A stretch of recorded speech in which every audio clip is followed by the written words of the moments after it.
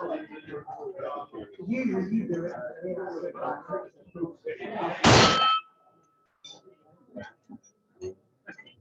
afternoon. Welcome to the March 10th meeting of the Milledgeville Rotary Club. Please silence your phones as Jan Horton comes up to lead us in our prayer pledge and four-way test. Very good.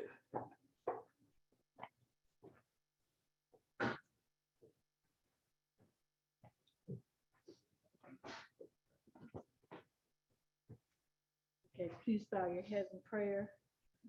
We ask that you guide and direct our club, its leaders, and our actions.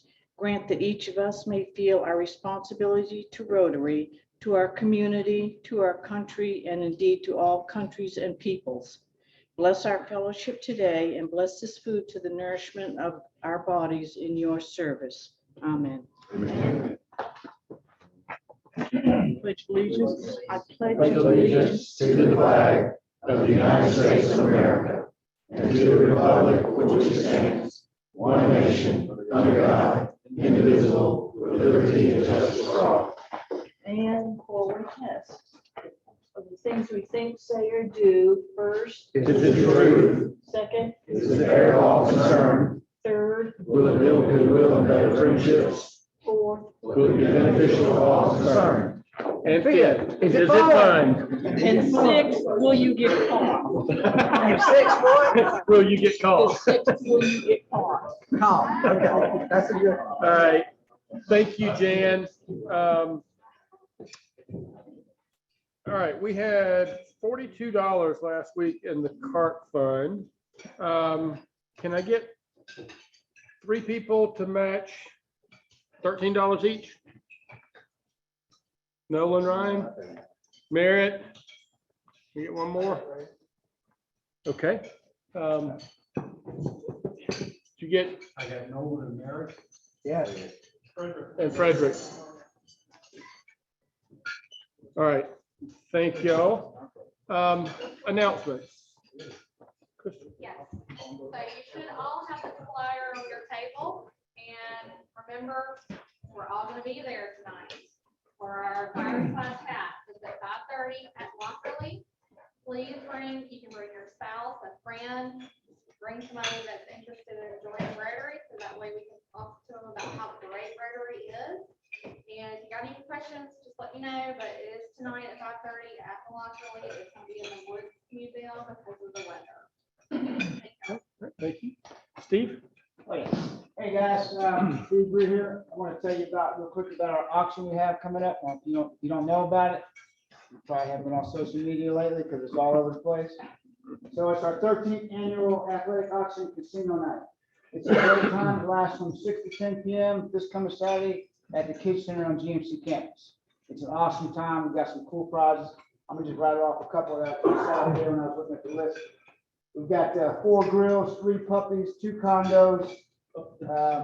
Any children? We've got dinner for 10 with wine pairings here at Aubrey Lane, half-day quill hunt and lunch at Southwind Plantation. 4 tickets to the Hawks versus Doors Pelicans on March 20th with parking and all you can eat and drink. We got all sorts of gift certificates from the community. Golf packages all over the state, Tuscaloosa River Club, Healy Point here.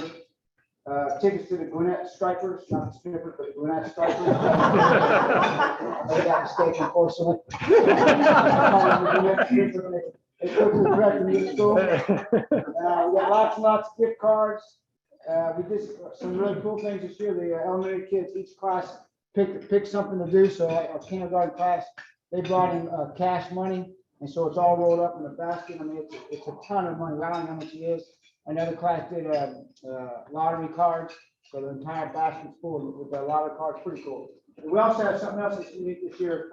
It's a tuition raffle. So this is a $50 raffle, and if you win it, if you have a kid to go to GMC prep school, you get a free year tuition fees, which is $57.50 next year. And then if you don't have any kids going to prep school, then you get $3,500 cold cash. Okay. The QR code's right here. I'm leaving it on the table. If you want to buy a ticket, you don't have to be present to win. And then we'll announce the winner at the performance of the Lion King Jr. the following Friday. Here's another, this is a picture of some of our major sponsors. I'll leave this here. And if you're really curious as to what what the auction prizes are, what the auction items are. I've got listed all 129 in here. I'll leave them on my table. You can just come look at it, see if you're interested. So thank you very much for your time. Appreciate it. Thanks, Steve. I'm sorry. Okay, yeah, tickets are $50 or 90 for a pair. And I've got the website. You can take a picture of something if you want to come. Buy a ticket, yeah. It's a great time. Believe me, it's a great time. We have a casino coming from Atlanta, come down. They're fabulous. It's just a great time for fellowship. It means some interesting people and having a good time and spending a lot of money, hopefully. Thank you very much. Thanks, Steve. Any other announcements? We've got, Aaron, you want to read the thank you note that we got from the Star student? Okay, so we got two thank you notes here from Star Student. The first one, dear Milledgeville Rotary Club, thank you for your continued support of both the Star Student program and the NBC Chamber. The sponsorship you provide helps us serve the Milledgeville Baldwin community. Every bit of support helps. Sincerely, the Milledgeville Baldwin County Chamber of Commerce.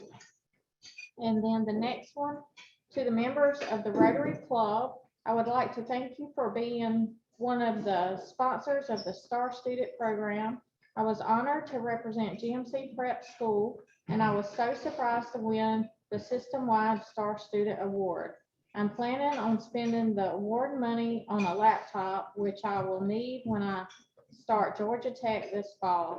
Reaching this goal has involved much work, dedication, and sacrifice, and I am grateful to be recognized for my efforts. Thank you again for your support and encouragement. Sincerely, Ethan Steinfeld, GMC Prep. It's always nice when we hear back from these students and kind of see what we're doing in the community to support. So thank you, Aaron. All right, Greg, I'm going to come up. Let's do our 50-50 raffle.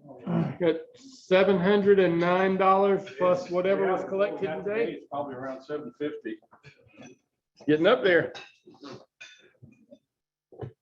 First of all, I want to congratulate and welcome Jeff Gray for his pilot costume.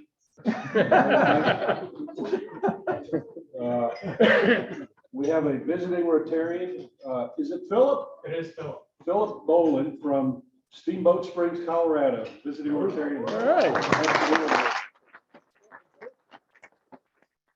And Brett has brought us a guest, which you can introduce. Have with me Jeff Brady Copeland, 301 University Law School, entering the field of Georgia College Legal Office.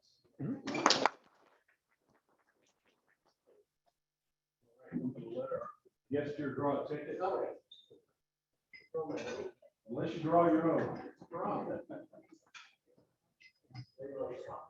All right, the winning number ends in 977. 977. Who we got? Jimmy got it. All right.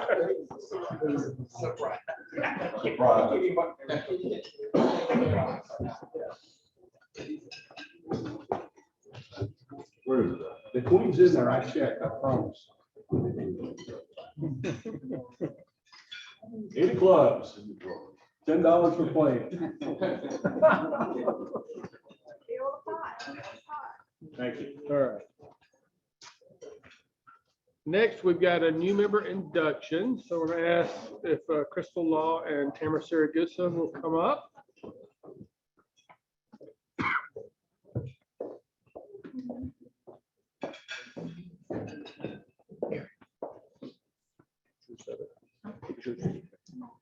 So, fellow Rotarians, it's my privilege and pleasure to welcome today into membership in our club, Tamara Saragusa, whose name was proposed by me.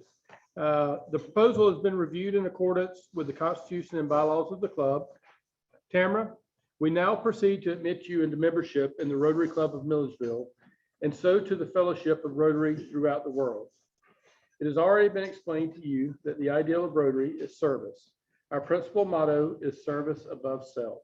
And the object of this club and all Rotary clubs is to encourage and foster this ideal as a basis of worthy enterprise. Now, Crystal has the pleasure of pinning on you the Rotary emblem, which we expect you to wear with pride.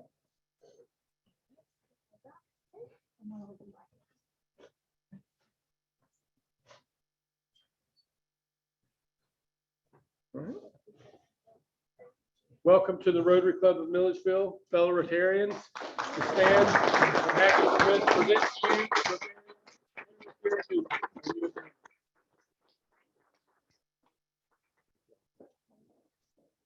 All right, Mary? Oh, Mary's gonna come do it. All right, we'll let Mary introduce our guest. Okay, so today I'll introduce my Uncle Warren Robinson from Lenox, Georgia. Warren, Vietnam veteran, and also bank president for the Bank of Lenox for many, many years. I'm married into the family, my mother's sister, Margaret, and they live in a beautiful house out on a sandy dirt road between Lenox and El Dorado. And for those of you who don't know where Lenox is, going down I-75, you'll come to Tifton. You'll see an exit that says El Dorado. The next exit is Lenox. You get off and turn left. Do they have a red light yet? One red light. Okay. But anyway, so glad to have him. He's written 3 books so far. And today I asked him to do Death at the Depot. And the depot has something to do with the house, and he'll explain how the depot ties back into the house. The books are available on, he's got several books here with him, but you can also buy them on Amazon. Amazon. And the books today, the book I could sell them to you for $10, and all the proceeds will go to the car fund. Okay, there you go. So anyway, he's also a Rotarian too. So anyway, so I let Uncle Warren, I'm not gonna tell you too much about the background because I don't know what he's gonna tell me. I don't want to ruin his story. So come on up and start the story.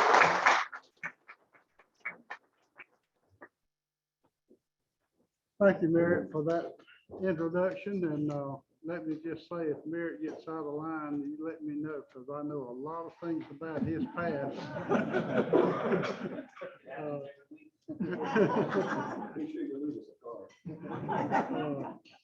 Anybody here know exactly where Lenox, Georgia is? Ever been through there? There's one right there. Well, as Merritt said, it's a small town located between Tifton and Valdosta on Interstate 75. Population of about 900 people, and it's been that way for the last 70 years. But as a child growing up there in the 1950s and early 60s, to me, it was just like growing up in Mayberry, USA. We just had a great time. We were safe. Nobody had any worries, and it was a wonderful, wonderful memory for me. To get into today's story, Merritt asked me to speak on this particular subject that I wrote about. I started writing with my experiences in Vietnam. That was my first effort at writing, and I have gained a whole new respect for people that write. It's a very time-consuming job. It's not easy to do. So with that said, we'll talk about death waits at the depot. This is the true story of a murder that happened in this small town of Lenox at the railroad depot in 1909. While I was growing up, I heard parents and other people maybe talk a little bit about what had happened that day, but nobody seemed to really know the whole story. And I decided that I would take it on after I retired. I was looking for something to do. So I took it on myself to try to research it and to get the whole story. And it turned out there is a lot of irony in this story, as Merritt mentioned, and I'll give you some of that later on. There are 2 main characters in the story. One, and both of them are young men, and understand that in the late 1800s, South Georgia was still considered more or less a frontier area. It was not heavily inhabited. There were people living there, but they were scattered and tended to be large landowners. what changed South Georgia was in 1887. Company was formed in Macon called the Georgia Southern and Florida Railroad. And they constructed a railroad line from Macon down through South Georgia to Palatka, Florida. And the goal was to eventually finish the line into Jacksonville, which they did. And when a railroad comes through a frontier area like that, especially in those days when they were dependent on having to stop to stock up on coal and water to make steam for the steam locomotive, they had to have a stopping point every so many miles. And generally, from past experience, they learned that when they did that, that those areas tended to grow up into prospering little towns. When they came to the present day Lenox site, they made up an arrangement with the local man that happened to own the real estate there to put a railroad depot on that land, and then the railroad they would prosper from some of the business that would be coming into the town. Also during that time, after the railroad did establish the depot, the town did prosper. And there was a young man who happened to own a hardware store, a mule barn, and several farms. And he owned the first commercial dairy in South Georgia. And that was my grandfather. And he purchased a prize herd bull for this dairy operation from an auction in Madison, Georgia. That was the talk of the town as to this beautiful dairy that was down there. Also during that time, an enterprising young man from Monticello, Georgia, Mr. L.O. Benton, saw opportunity in this frontier environment to really make a lot of money, a lot of opportunity. He had been instrumental in founding a bank in Monticello and maybe some other middle Georgia towns. So he knew the process. He knew how to get it done. And he would just get a ticket on the train and ride the rail and stop anywhere that looked like a promising little town. And he'd get off and maybe spend a day or two to see if they had a bank. If the town didn't have a bank, then he would go around and talk with some of the community leaders about the prospect of founding a bank. And in exchange for his expertise, he took stock in the new venture as his compensation. And I think that probably worked out really well for him in the future. But he met my grandfather, and the two of them got together, and the Bank of Lenox was founded with $30,000 worth of capital. And I never had the chance to meet my grandfather, but there are lots of stories told about him. I would love to have met him. And I'll share one with you today. The story is that one of the bank's customers had died during the winter, and the man's widow came to the bank to see my grandfather early in the next spring, and they chatted for a long time, and finally he said, "Well, Miss Bessie, what can I do for you today? What have you come for?" And she said, "Well, Mr. Joe, you know, my husband died, and I've been trying to decide all winter whether I'm going to keep the farm or whether I should sell the farm."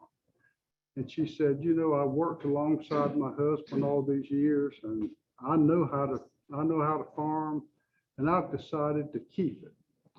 And the only thing I need from you is I need to borrow $100 to get the crop started." So my grandfather told her, he said, Miss Bessie, he said, I'd just be happy to help you with that. And he said, first, I need to get a little collateral. Well, Miss Bessie was not educated. She didn't have any business experience, and she had no idea what the word collateral meant. And she thought about it for a few minutes, and she was puzzled. And then they said she looked up with a big grin on her face, and she looked at my granddad, and she said, "Well, Mr. Joe, you know I ain't done that kind of thing in years." The story is though that she got the loan unsecured. There are several stories about him that are very funny. To get down to the book, the scene is in South Georgia frontier time, right after the turn of the century.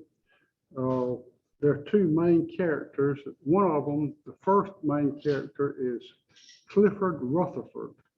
And he was a young white boy that was born on a farm just outside of Lenox.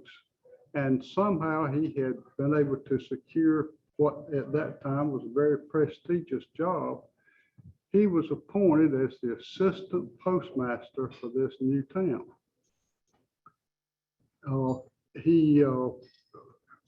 He was very hardworking, did a great job, and was looking forward to being promoted in the postal system.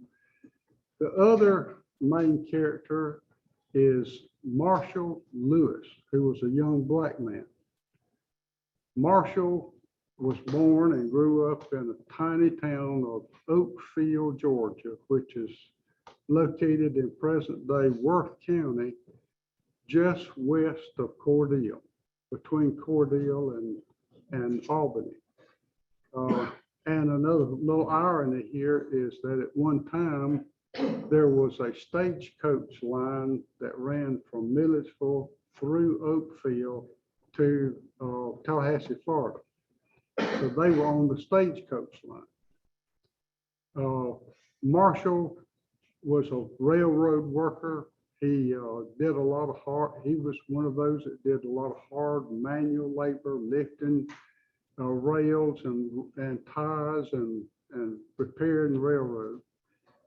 He was brought up in a fine Christian home. He was brought up to be a Christian person. He left home at an early age working on the railroad, and we have discovered that he, in the course of that job, actually traveled over 7 southern states in that job. April the 25th, 1909 was a beautiful spring Sunday morning in Lenox. Wives and mothers were busy preparing a big Sunday dinner that they would all partake of after going to church. Marshall was with the railroad gang crew, and they were housed in portable in railroad cars barracks. He was at a location about 10 miles north of Lenox, and most of those guys were sleeping late on Sunday. They didn't go to church. They had nothing more to do, and they were exhausted from a week of hard work. But later on in the afternoon, somebody brought out a jug of moonshine, and they started drinking. And then a card game came along, and they started gambling. And during the course of that afternoon and into the night, Marshall lost all of his money, and all the whiskey was gone. The people didn't want the party to stop. So Marshall took 2 companions with him, and they got on one of those little push carts on the railroad and went down to the new town of Lenox with the idea of burglarizing storefronts there in search of money and whiskey. It just so happens that when they came to Lenox for that purpose, Mr. Kynard, who was a large landowner there, had gone down to the railroad depot and was sitting on the steps.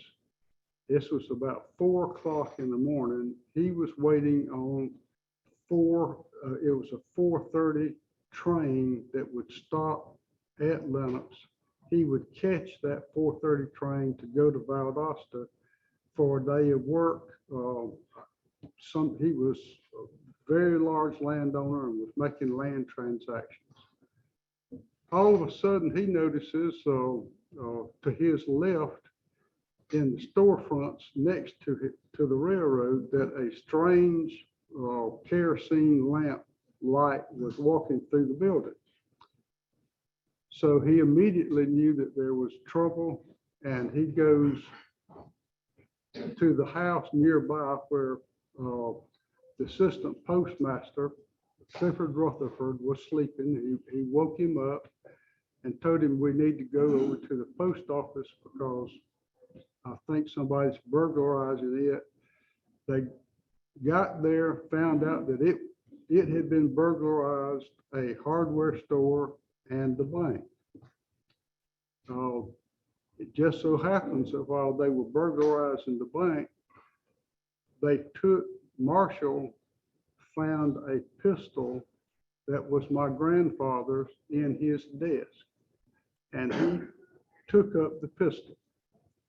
A witness saw that those 3 burglars had left that building and were running towards the depot.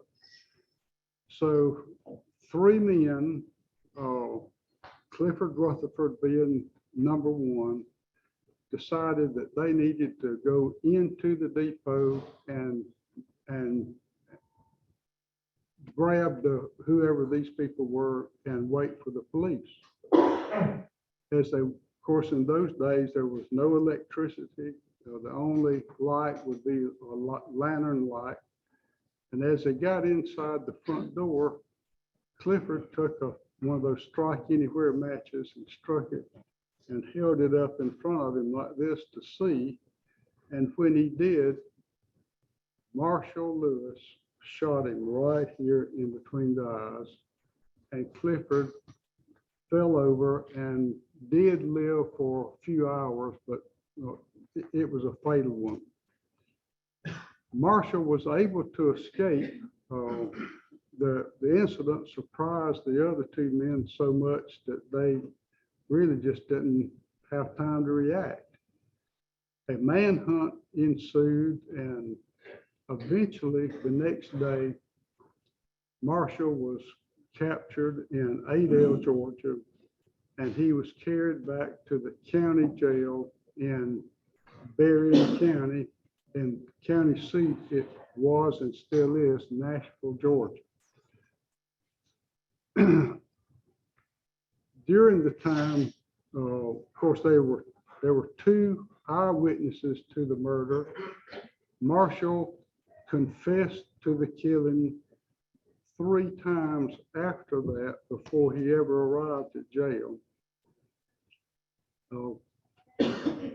The circuit judge for that area was notified immediately about what had happened, and he convened a special session of the grand jury to hear this indictment. Marshall was indicted, and the execution was, in those days, executions were carried out at the county level. County sheriff was in charge of all executions in the state of Georgia until 1924. 1924, that the responsibility went to the state. The execution took place on July the 9th, 2009. So from April 25th to July the 9th was a very short period of time by today's standards. Marshall, at the end, before he was executed, he wanted his body to be taken back home to Oakfield to be buried with his family. But he had no money to pay for it. They would charge a freight to get him there. So a reporter told Marshall that if he would tell him his story, that he would pay him enough money that his body could be transported back home. And Marshall told him the story. And I have it in the book. It's a verbatim quote of what he said. And it's a very moving account.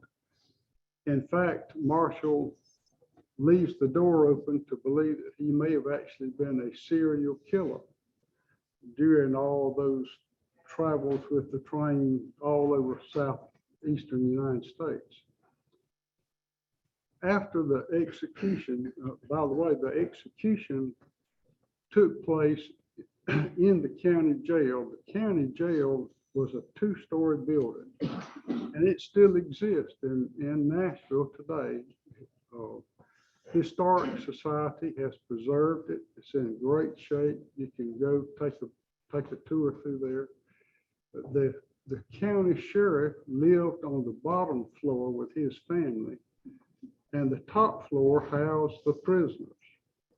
They had a special execution section set up in the upper floor so that when an execution was to take place, the prisoner would stand on a little door, and they pulled a rope and, of course, had a noose around his neck, and the person fell to the second floor, causing his death.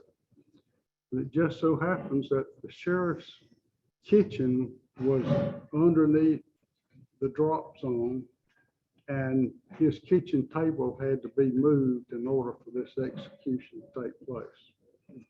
It's a gruesome story. It's a tragic story. It was big news at the time. This story was carried up and down the eastern coast by major newspapers.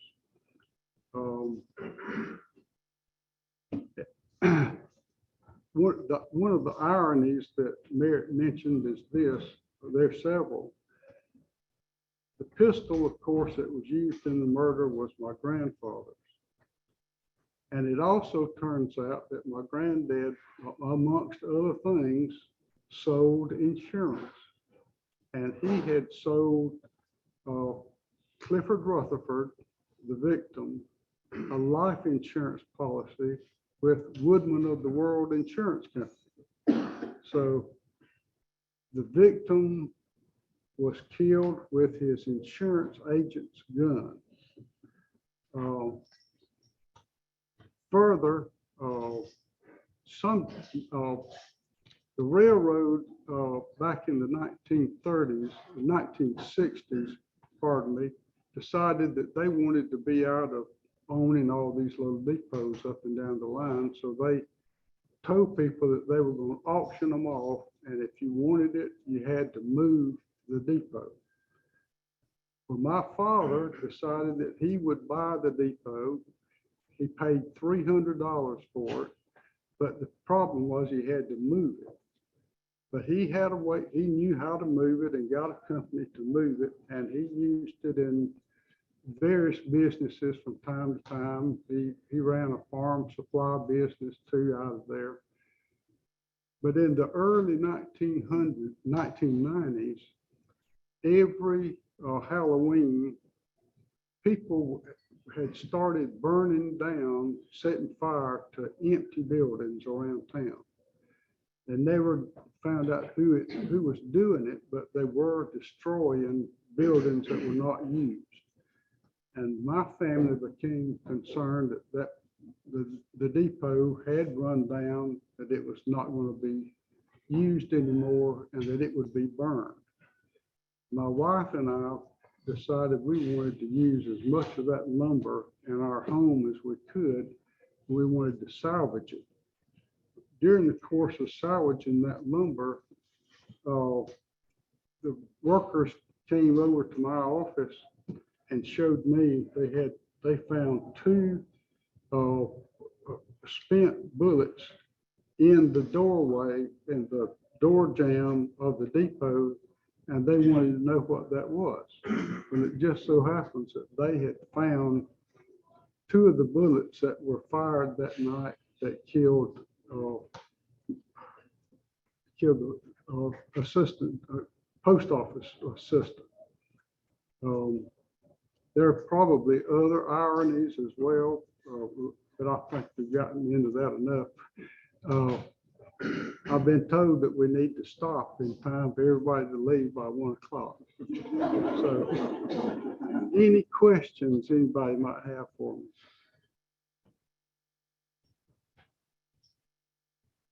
As I say, the books are available here, $10, and you're actually donating to the cart bucket. So thank you for allowing me this time to speak to you. I've enjoyed it very much. My family, my mother grew up here in Milledgeville. She graduated from then GSCW. My brother graduated from GMC, and my sister graduated from GSCW here. So I have some past history with you. Now, my favorite nephew is here, Merritt. And you can pay me later.